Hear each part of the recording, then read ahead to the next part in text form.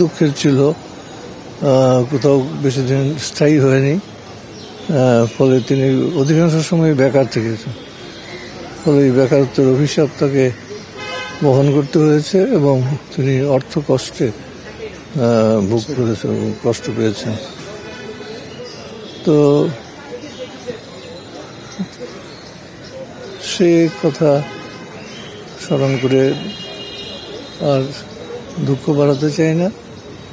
ওনার দুঃখ বাড়াবেন না, ঠিক আছে, কিন্তু আপনারা যারা একসঙ্গে লিখেছেন অনেক, ওনার প্রবণতা, কবিতার যে প্রবণতাটা, সেটা কি আপনাদের থেকে একটু আলাদা ছিল কিনা, কিংবা কতটা নিজেকে পৃথক করতে পেরেছিলেন উনি, কতটা সমকালকে ছাপিয়ে?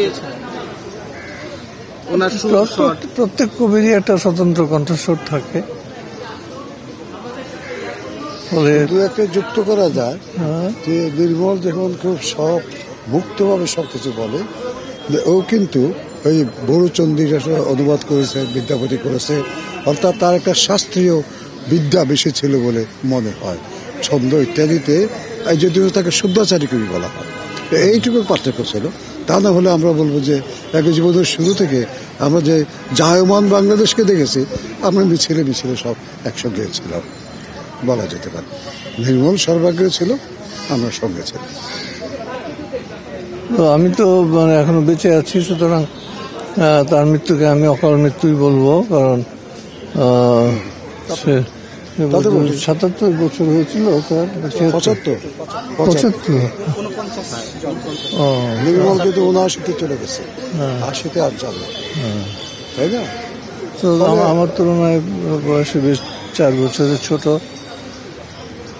কিন্তু মেধা ও মননের দিক থেকে সে আমার চেয়ে অগ্রসর ছিল। আমি অনেক সময় কোনো বানান বা কোনো গ্রামাটিক্যাল মিস্টেক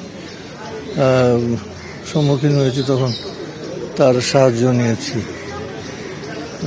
বাংলা ভাষার উপর, ব্যাকরণের উপর, অভিধানের উপর তার বিশেষ দক্ষতা দখল ছিল। এটা এর সাক্ষ্য আমরা পাচ্ছি তার অভিধান নির্মাণ করার ভিতর দিয়ে, এবং বাংলার প্রাচীন কবিদের আধুনিক ভাষায়, সাম্প্রতিক কালের প্রচলিত ভাষায় অনুবাদ করার মধ্য দিয়ে তিনি এটা ঐতিহাসিক দায়িত্ব পালন করে গেছেন। সেজন্য তিনি অনেক আলাদা হয়েছেন আমাদের থেকে।